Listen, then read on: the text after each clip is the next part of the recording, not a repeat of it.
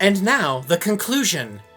Yeah, the thrilling conclusion where I figure out, like, all the planets. I figured out my maneuvers, but now I have to go through all of this. You actually had a thrilling insight, like 5 seconds before we started. Which was that? Which was your commentary on how this game is slow and plotting, like a we sit around and talk episode of the show. Yeah, it does really feels like you are role playing, which is the president of the Federation. Which is why I love this game, because this game captures that spirit and that essence of Star Trek so faithfully. Yeah, this is the most Trek game I've ever played. Granted, I've only played half a dozen Star Trek games because the concept just doesn't lend itself well to... There are a couple, I think, and I might have talked about this in like the first episode of this, but there are a handful of genres that I think Star Trek works best for. Strategy, like this. I think it would be great as an RPG, like if BioWare did a Star Trek game along the lines of like Knights of the Old Republic, or something like that. I think that probably would have been fantastic. Or if CD Projekt Red got a hold of the company that makes The Witcher and the upcoming Cyberpunk game. Yeah, because you do have to be clear, not everybody knows that. Yeah, if they got the Star Trek IP, they would probably make a fantastic game. So like genres like that, Star Trek should not be a first-person shooter or a space dogfighting game or even a real-time strategy is usually like the scope and scale of it. Maybe if it was a really slow real-time strategy like Pax Imperia I guess Stellaris is technically a real-time strategy game, but it's a grand strategy. So I'm talking about like term or real-time strategy like StarCraft, where it's like a skirmish. Right. Like there have been Star Trek games that are like that, and some of them have been good games. But they're not very Trekky. It's not very Star Trekky. But if you had, like Stellaris, right? I said in a few episodes ago that there's a really good mod for Stellaris called New Horizons that is a total Star Trek conversion mod. It's good.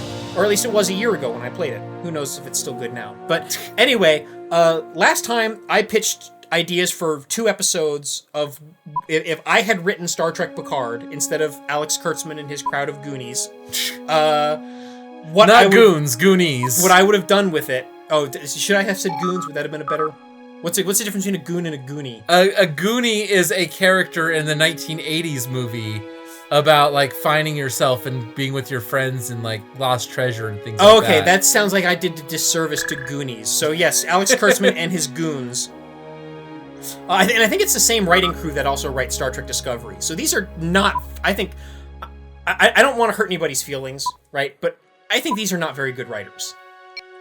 I think both Star Trek Discovery and Star Trek Picard like have really bad writing, like in terms of the overarching story that's being told, the characters and talk. Also in terms of like minute-to-minute plotting of individual episodes. Even the dialogue is really bad sometimes. Well, and I've complained before about how Star Trek Picard, despite the fact that it has like a 2-minute recap before every single episode, they still waste screen time with Picard summarizing the plot of the first episode to every new character that he meets. Even though 90% of the people watching this show are binge watching anyway, and they just saw this happen 2 hours ago anyway. And even if you didn't, there was a recap at the start of the episode. Shows handhold a bit too much. We've talked about... Did we talk about that in an episode? I don't know. Anyway, okay, pitch your third episode. So, the third episode is basically... If you remember last time, I said there were 3 good ideas, and basically each of these episodes is one of those 3 good ideas. So, the last idea is about the whole Data's consciousness being in a simulation thing. And I think this should have been the finale, right? Is wrapping up with a reunion with Data, basically, would have been a suitable, emotional finale kind of thing. My poor cat is sitting outside that door so upset because we keep saying his name all the time. Because I liked the scenes with Data in that last episode of Picard. I thought that was like good. It was fairly well handled. It could have been better, but structures a lot of that just has to do with the rest of the show having been crap. So the last episode would have been like, while Picard is in Romulan space, or he's coming back to Earth or whatever from successfully organizing a Romulan relocation project, because that, again, is something that was completely dropped in Star Trek Picard, are the Romulans being helped now? Like, I'm not sure if the synth ban was lifted. I'm not sure do they need help? They have giant fleets of the Jean Vache. The Tau Shiar, whoever they are today. So Yeah, how that hurting are they? That are like Maybe a they're tenth like of the size of a TNG. Maybe they're warbird, like but- America. They're falling apart because they don't put any money into medicine. But anyway, so the finale of Star Trek Picard, had I written it, would have been that Picard discovers that, or is informed that Bruce Maddox has transferred Data's consciousness from B4 into a simulation, and that he is trying to build a functioning positronic brain because, as was established in Nemesis, B4's isn't like good enough to. And then we can argue right to die, not just oh wow, I see where you're going with this. Yeah. Sorry, I'm a little eager here. But Purchase ordered. crap, what was I about to say? Oh, and you can make the entire show this thing. Like every episode like covers a topic. Yes. Oh, Kind of like how the original Star series. Trek used to work. Yeah, kind of like So- how the original series. So the conflict of this episode would be that Selection somehow confirmed. Bruce Maddox dies, right? Saving. And they can't finish the positronic brain, All right, I want to get these battle cruisers. Go ahead. right? And then maybe they even have some throwaway line about how, like, oh, maybe they could bring Geordi in. Maybe Geordi could finish it. No. We're gonna finally have a real battle. Yay! Yay! Do I want to charge them or harry them? Usually it's better to strafe early on in these situations. So, should we do the battle, or should I keep going? Keep going, because, like, I'll just talk over Alright, you when I so- make decisions. And I'll admit, this is like the least formed of the 3 episodes that I came up with. Jeez. But anyway, so Bruce Maddox would die or something like that prevents him from finishing What the is our target positronic group? brain. So they talk to Data in Torpedoes his locked. little Professor Moriarty simulation that he's in. And Go like, on. you like that callback, They huh? no. Just an instant blow up. Sorry, they go back to the Moriarty. So and Oh, that'd Data be great to bring that back. and they say we don't think we can finish the positronic brain, so you're going to be stuck in this simulation indefinitely. And Data decides that he would rather that they shut off the and they probably have to establish at some point that if the simulation stops running, like it stops being Data. You know, Right. Like I mean, they could maybe turn it back on, and like it would be like Data, but it wouldn't really be Data. Like, you know, Yeah, something he- metaphysical like he that. would be irrevocably damaged. right, yeah, right. It'd be like the transporter, but like we care. Yeah, exactly. So, and then the episode would be about like mortality and the idea that mortality gives life meaning, which is something that I think you're going to object to when I Yeah. get to it. Because it's part of what makes us human, and it's the one part of human existence that Data actually was never able to achieve. Because remember, he got the emotion chip, so he got the sense of humor, he got the ability to love and to hate and all that. He experienced all those things. The one part of the human experience that he had never been able to have was the knowledge that he was mortal. Yeah, And now they could have this philosophical, metaphysical conversation about, where Data's saying, maybe that's the thing that I needed. Maybe if I'm allowed to die, if my life can be made finite, then I will be human. And I can die human. after all. After sorry. all. Yeah, it's very so- Bicentennial Man. If you ever saw, there's a Robin Williams movie called Bicentennial Man. I think it's an adaptation I was of... gonna say it was very Daft Punk. Yes, I saw Bicentennial. I think But it yeah, was an describe it. adaptation of an Isaac Asimov movie. It was an Isaac Asimov or as story. Asimov story. Yeah, and it was- I love it. I think it's yeah. a fantastic movie. I don't know how well I it holds loved up, it, but 'cause I lots of haven't- I most haven't people seen it- think it's bad. I haven't seen it for like 15 or 20 years. I don't know how well it holds It up. might be bad, but I remember liking But it. I loved it when I saw it and I was a teenager. And basically, it's about a robot who's initially like a robotic servant, but like he's like defective in that he actually has like consciousness and will, a self. you Yeah, know. and then he sues sense for the of right self. to be himself. And so he grows like as a person, and yeah, he sues for having rights, and then he actually starts replacing his cybernetic components with his robotic, yeah. his robotic He components. becomes a cyborg the other way. with cybernetic and even organic components, with the intent of eventually becoming mortal and dying. And he dies of old age And eventually. he dies of old age at the end. So So yeah, having something like that about Data, where they have to choose whether or not to shut off the simulation or let him live indefinitely. And you could maybe even also have something where maybe like by going into the simulation, maybe they're damaging it or something like that. So like they can't just go in every day and like have a visit with him. Although that would have been they did, like, by not doing that, they did accidentally dodge a bullet, which is totally stomping on the grounds of another show that just came out, because Altered Carbon went through a lot of those ideas. And it just came out at the same time. So at this point, you could maybe also have a subplot about how maybe there was a group of androids that malfunctioned and sabotaged Utopia Planitia, and that then the Federation instituted a ban on android development until, like, they could make sure that the software wasn't glitchy. And then, you know, maybe this is also the episode where Picard's Aromatic syndrome, like, actually, like, progresses to the stage where it's terminal, and now he has to decide, like, whether or not he wants to download his consciousness into the body that was built for Data. Oh, yeah.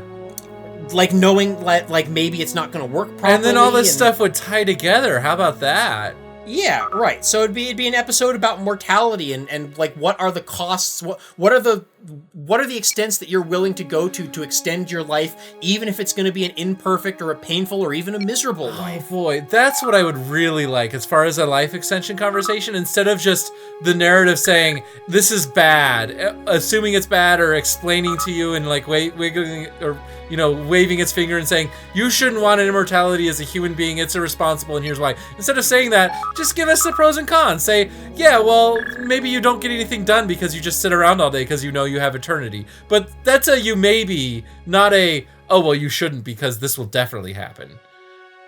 Yeah. Range. So that would be my pitch for the finale. And it would probably resolve very similarly to how the epilogue of Star Trek Picard resolved, with basically saying goodbye to Data.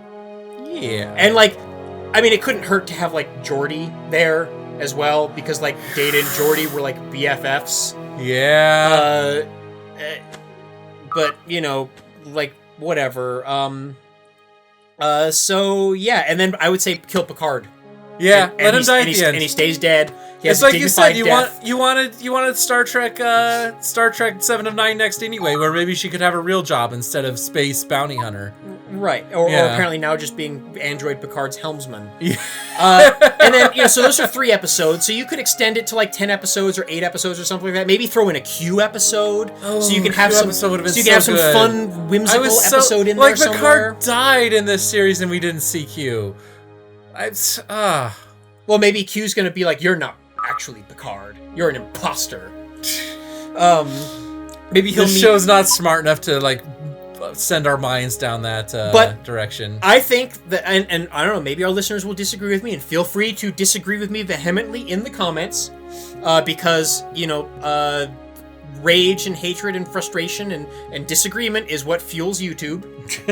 so please, if you disagree, by all means, tell us in the comments. I'm probably not going to read it, but maybe John will tell me. I'll what relay you say them later. to you. I'll link them to you, and you can respond there. I would think that, like, with those 3 episodes, like, completely ditch the apocalyptic plot about robot you don't need tentacles it. from another It's Star Trek, dimension don't need destroying all life, because that's not Star Trek. But instead of that, you have, you know, an actual legit Star Trek series that tackles all of the plots and subplots from Star Trek Picard that were actually worth exploring, but yeah, without the abysmal overarching plot of Romulan conspiracies to prevent space Armageddon at the hands of Lovecraft tentacle robot monsters from another dimension.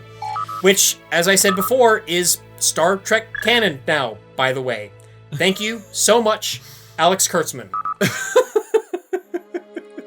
All right, well, I think that about wrapped it up. But just like the show Picard, we've got 5-ish minutes left. Do you actually want to talk more about you know why you think that extending life is a good thing and that our mortality doesn't make? I mean, I already explained it. Like, if you're an alien, you're already gonna think it's ridiculous. And when I tell you that, like, you just have to think of it from that mindset of like, oh yeah, there are way more benefits to living forever. But than like by that, drawbacks. I don't did I mention this on the branch? But by that same logic, like a fruit fly has like the most valuable life because it lives Right. for like a day, right? So if we only live to be 30 instead of 70, like would that make our lives twice as valuable by that logic? Yeah, well, I get you're just helping me make my point, right? But I think it's Yeah. because you mostly agree with me. I think you want to also want No, to live forever. I am all for the transhumanist, singularity, us basically having indefinite life. Now, I will say, Oh yeah, this is gonna liberate them. So I'm gonna have to Planetary assault acknowledged. I'm gonna have to convince them to join the Federation after I this. will, however, say that I am totally not on board with the idea of downloading consciousness. I do not think that's a thing that can happen. I have firmly believe that consciousness is an emergent property. Oh, and it's like physics are gonna bar it. If you separate the consciousness from the physical component, it's not the same consciousness. So maybe you can reconstitute it. What if you can do it during sleep? Maybe you can reconstitute it at a different place and time, and it wakes up and it doesn't know that it's a different thing, but like it is. Like you would die, right? And then a copy, because that's what it is. Think about it. If you just copied yourself. I have an important question for you, Jason. What? Do you die every time you go to sleep? No.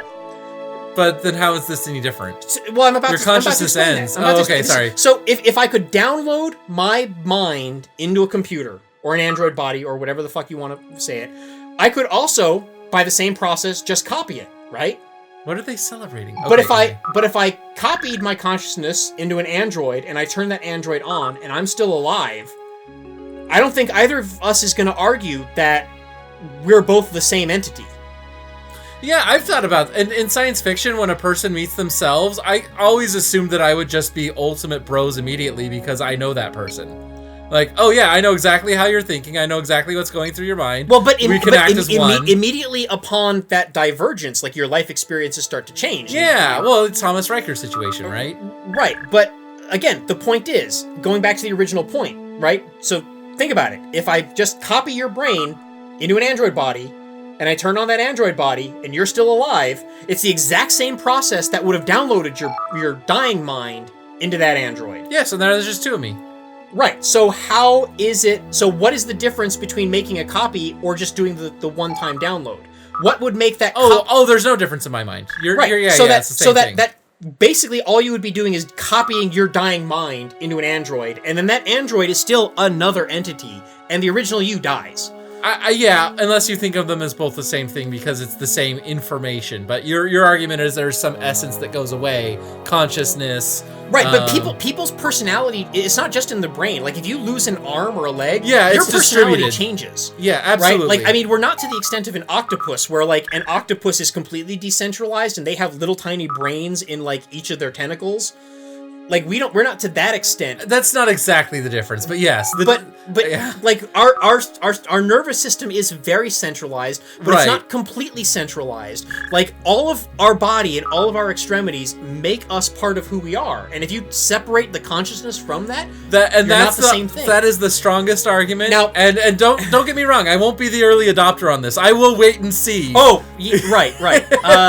But I do. And in fact, there's an episode of Black Mirror, which everyone says is like the most uplifting, happiest one. It's the San Junipero episode where they are copying dying people's brains into a simulation.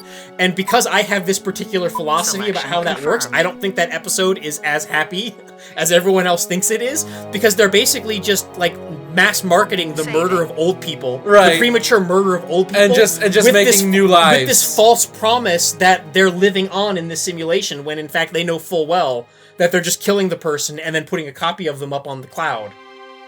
How So, devious. there was something else I was going to say. Don't worry about it, because we're running out of time. Next time on The Branch, a very special bit episode. That's where John the Branch does your favorite drugs and explains things. Oh dear. But we'll deal with that tomorrow. And you can post in the comments, Jason from MegaBearsFan.net, if you remember what you were going to say.